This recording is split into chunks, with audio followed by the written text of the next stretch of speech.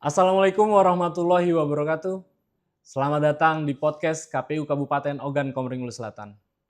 Kali ini kita akan mencoba untuk mengangkat tema yang jarang sekali diangkat, yaitu tentang pengamanan dalam internal KPU Kabupaten Ogan Komering Ulu Selatan, Satuan Jagat Saksana. Jadi di balik kondusivitas pilkada maupun pemilu, di balik suksesnya penyelenggaraan pemilu dan pilkada, ada peran-peran mereka juga di sini. Kita akan gali selanjutnya, kita akan tanyakan tentang pengalaman mereka, sejauh mana peran penting Satuan Pengamanan Dalam Jagat Saksana. Oke, sudah hadir bersama kita ada Saudara Putra, Saudara Hari, Saudara Rahman. Nah, jadi untuk rekan pendengar sekalian sama-sama pahami bahwasannya rekan-rekan ini adalah Satuan Pengamanan Dalam atau internal dari KPU Kabupaten Ogan Komering Ulu Selatan. Biasa disebut Jagat Saksana, kan? Dan tentunya banyak pengalaman-pengalaman yang bisa diceritakan sama kawan-kawan rekan pemilih di sini, di podcast ini, kita obrolin di sini. Jadi kan untuk pengamanan dalam nih, internal. Sebelumnya pernah dapat pelatihan belum? Dari KPU Kabupaten atau dari KPU RI mungkin? Iya, sudah pernah Pak. Oh iya, di mana tuh? Kita ini berbeda-beda. Oh, Pada saat pelatihan itu kebetulan rekan saya di gelombang pertama dan saya mendapatkan pelatihan di gelombang kedua. di mana? Kita pelatihan pada saat itu dilatih di SPN Polda Metro Jaya Bogor. Oh, di Bogor. Ya. Kalau latihannya tentang apa atau pelatihannya tuh kayak gimana? Oh, banyak. Di situ kami banyak di situ kami dididik, mempelajari tentang kedisiplinan, nembak dan Nembak juga? oh ya,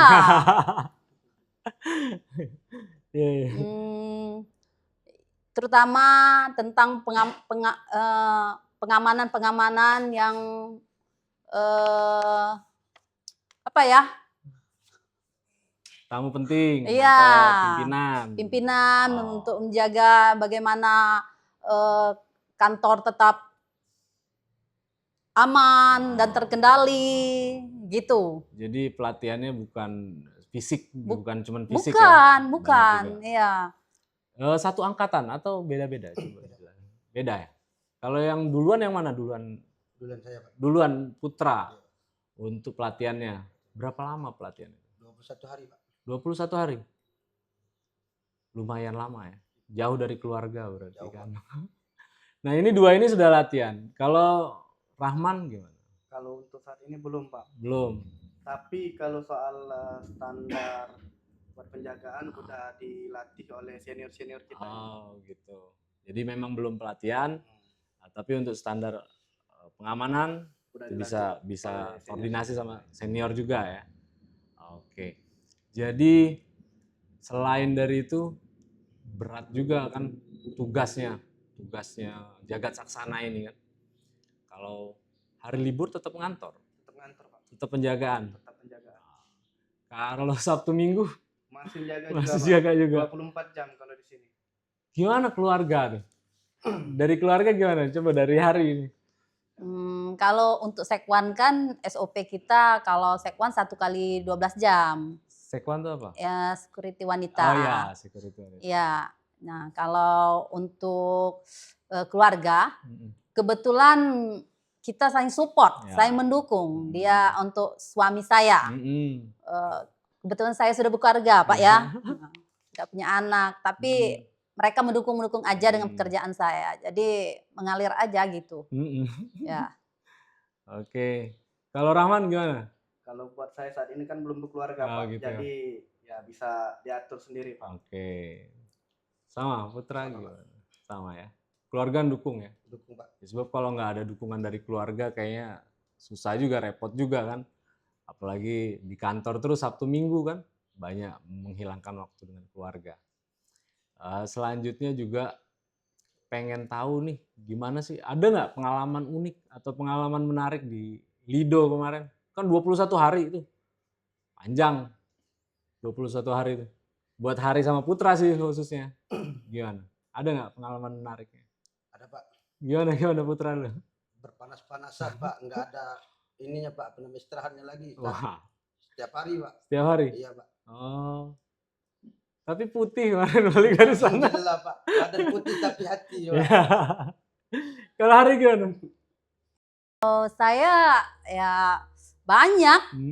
Kebetulan karena saya waktu itu belum dapat pendidikan yang mental, fisik, tapi setelah di jalan di situ, aduh, benar-benar kami ditempa, kami benar-benar wah, nggak bisa diceritakan kalau soal itu.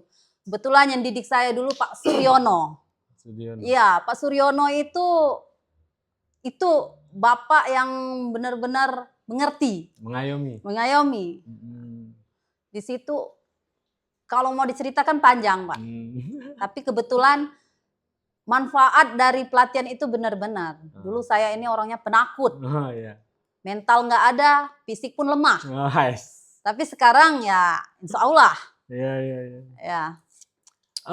Kan pernah denger nih kalau di pelatihan-pelatihan kayak gitu, kan kamar mandinya bareng-bareng. Ya. Mandinya bareng juga berarti. Betul. Iya. Kebetulan itu saya alami Pak. Gitu. Ya. Dulu kita itu satu Indonesia itu rame. Bergabung dengan orang Papua, dengan ini. Kebetulan saya satu peleton dengan ada teman saya dari Banyu Asin, dari Papua. Kita mandi bareng. Betul bareng. Ya. Oke. Itu momen-momen yang tidak bisa dilupakan. Ya. Nah, selain dari itu kayak tumbuh kan jiwa Korsa atau jiwa kebersamaannya kan tumbuh tuh. Ya. Jadi apakah tetap ada jalin komunikasi dengan kawan-kawan Jagat Saksana di kabupaten lain gitu untuk koordinasi atau apa? Alhamdulillah masih Pak. Masih ya? Iya, kebetulan kita ada dari satu peleton, dari satu grup Indonesia kebetulan ada. Jadi masih jalinan komunikasi itu tidak lepas. Masih berkomunikasi. Gimana Rahman? Kalau masalah komunikasi dengan kabupaten lain ada? Ada Pak. Ada ya? Dari grup Jagat Indonesia. Udah masuk juga ya? Oh gitu. Ya artinya ada keakraban yang terbangun dari pelatihan-pelatihan yang dijalani kan seperti itu kan. Nah, jadi di balik suksesnya pilkada maupun pemilu di tahun 2024 yang lalu, ada nggak pengalaman menarik terkait jalannya pilkada? Atau keterlibatan di dalam pemilu tuh sampai sejauh mana sih misalnya? Pernah Kak nganter logistik atau apa misalnya? Pernah Pak. Kami waktu itu pas pilkada itu kita kan secara bergantian. Ada yang posisinya ikut pengawalan, ada yang posisi penjagaan di kantor, dan pokoknya kita saling inilah. Saling cover gitu. Iya, saling cover karena kebetulan memang waktu pilkada kita nggak ada SOP ibarat kata sip-sipan lagi karena kebetulan memang terjun langsung ikut serta yang pengawalan ikut mengawal. Waktu pengawalan itu ada kejadian-kejadian yang kebetulan hari hujan kan, hari hujan itu gimana supaya logistik ini tetap aman, tidak terjadi yang tidak diinginkan. Iya, jadi dulu pas lagi pilkada itu kan memang lagi musim hujan. Bahkan di Oku Selatan sendiri ada jalan putus pas lagi pengiriman logistik. Ada yang bisa cerita tentang itu misalnya? Rahman mungkin, Pas lagi kejadian jalan putus di Muara II tuh. Kalau jalan putus pas di Muara II kemarin tuh Pak, jadi aksesnya itu memutar dari Lampung Pak. Dari Lampung? Dari Lampung. Berapa lama? Kalau dari dia putusnya itu kan di Simpang ya Pak ya. Kalau muter balik ke arah Lampung itu bisa sama kayak Palembang Pak, 4 jaman. Jauh juga ya? Jauh Pak. Iya, jadi muter kondisinya. Tapi nggak berpengaruh dengan logistik Nggak kemarin? berpengaruh Pak. Paling cuacanya aja itu, hujan badai nantinya itu. Kabarnya jemput pimpinan juga kemarin. Siap, Karena terjebak Pak. Terjebak jalan putus Jalan itu putus. tadi. Jadi jemputnya lewat Liwa. Lewat Liwa Pak. Kalau Putra gimana? Ada? Ada Pak, pengalaman waktu mobil mau jemput logistik. Oh iya? Mobil ini apa namanya, nggak bisa nanjak Pak. Oh ya, konturnya Oku Selatan kan memang banyak pegunungan atau jalannya berbukitan kan kayak gitu kan. Gimana tuh? Cerita dulu. Ya kan waktu itu Pak ya di jalan Pemkab itu kan tebingnya kan tinggi-tinggi Pak. Nah pas mau nanjak mobil kontainer itu enggak ini Pak, apa namanya, enggak naik Pak. Diputar balik lah Pak itu Pak. Mobil itu Pak lewat kota. Siapa aja tuh waktu itu ada barengan ya? Gitu? Iya. Bareng sama Mbak Ari Pak. Jadi menariknya karena muter baliknya itu apa gimana? Muter baliknya jauh Pak. Jauh. Iya Pak. Kan truk logistik itu kan panjang. Iya Pak. Iya kan? Muter baliknya gimana? Ya mobil itu Pak kalau dia nanjak nggak naik. Nggak naik, giliran dia mundur dia naik Pak itu Pak. Kok gitu? Nggak tahu juga Pak dengan kondisi mesinnya itu Pak. Iya. Oh, mobilnya Iya, artinya Pak. yang memang nggak kuat naik.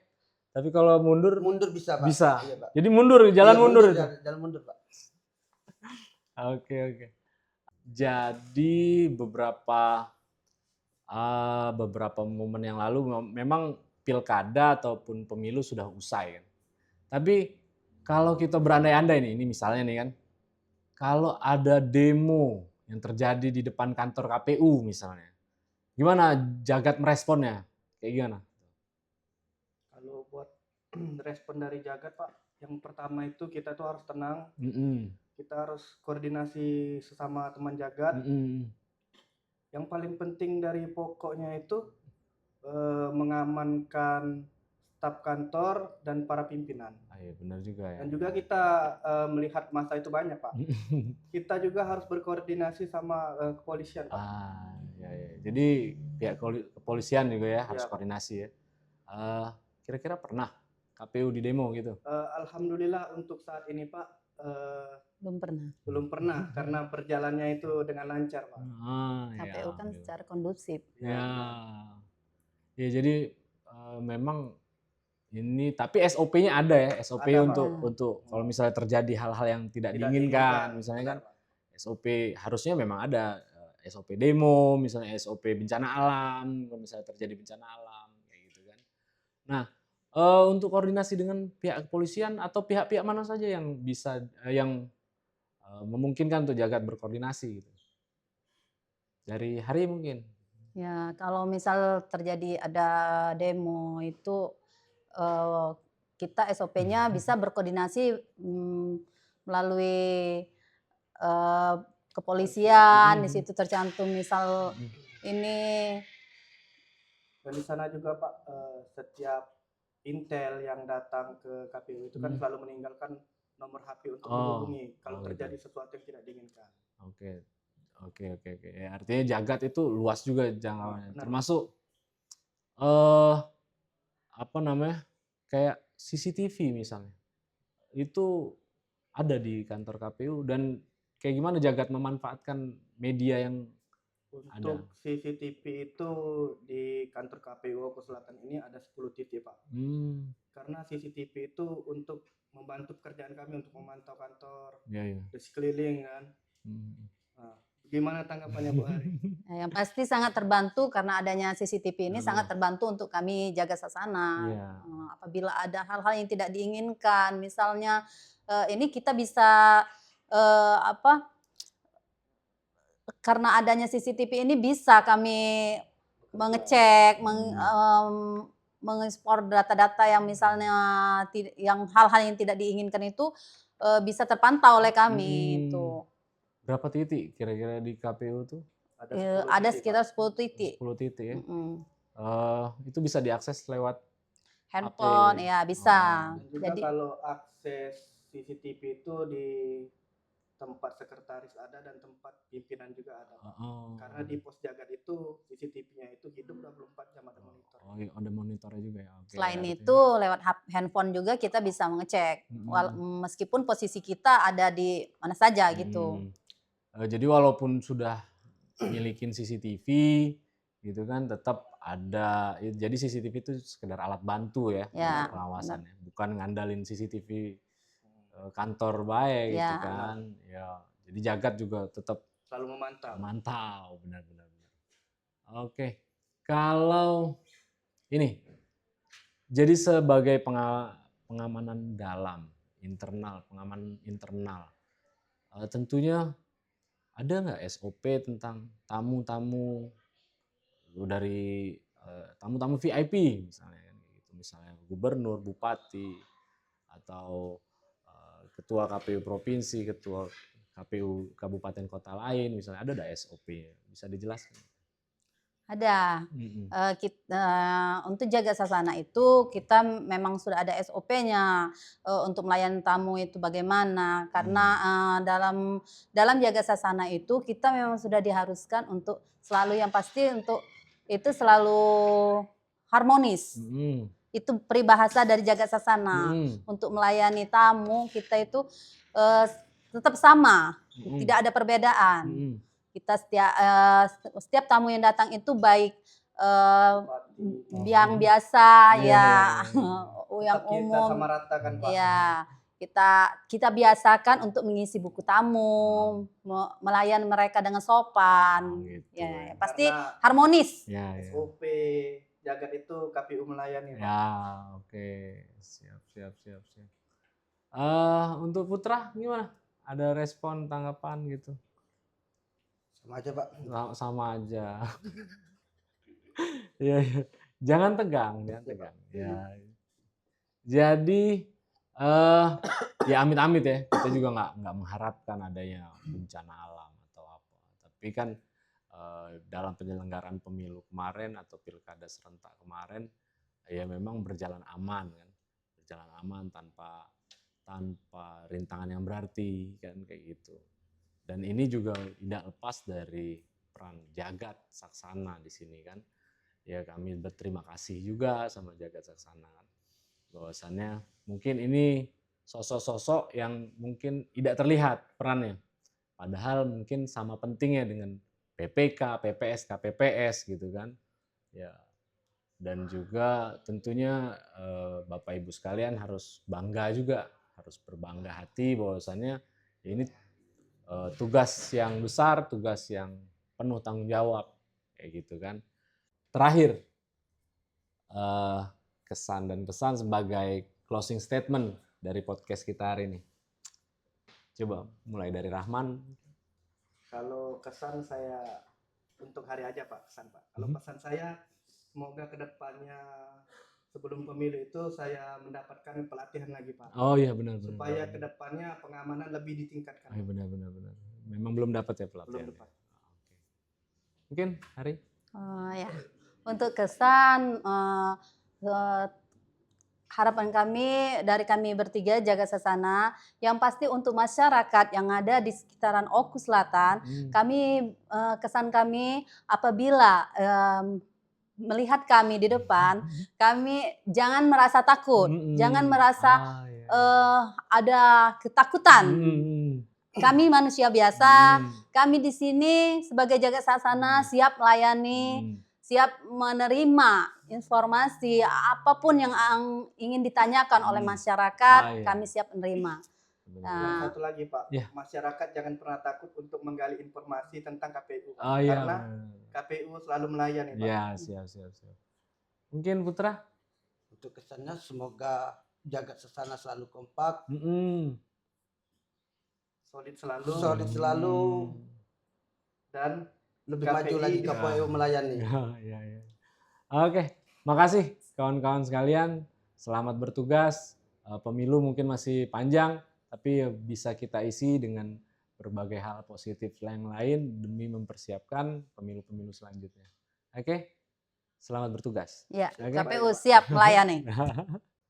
Jadi itulah rekan pemilih sekalian, obrolan singkat, obrolan yang mungkin ringan, tapi juga menyadarkan kita bahwasannya sosok Jagat Saksana sebagai pengamanan dalam keberhasilan penyelenggaraan pilkada maupun pemilu tahun 2024 itu nggak bisa kita sampingkan. Bahwasannya peran mereka untuk menjaga ketertiban, menjaga keamanan, itu suatu hal yang berarti dan sangat dibutuhkan oleh KPU Kabupaten Ogan Komering Ulu Selatan. Mungkin itu podcast kita pada hari ini. Sampai jumpa di episode-episode selanjutnya. Assalamualaikum warahmatullahi wabarakatuh.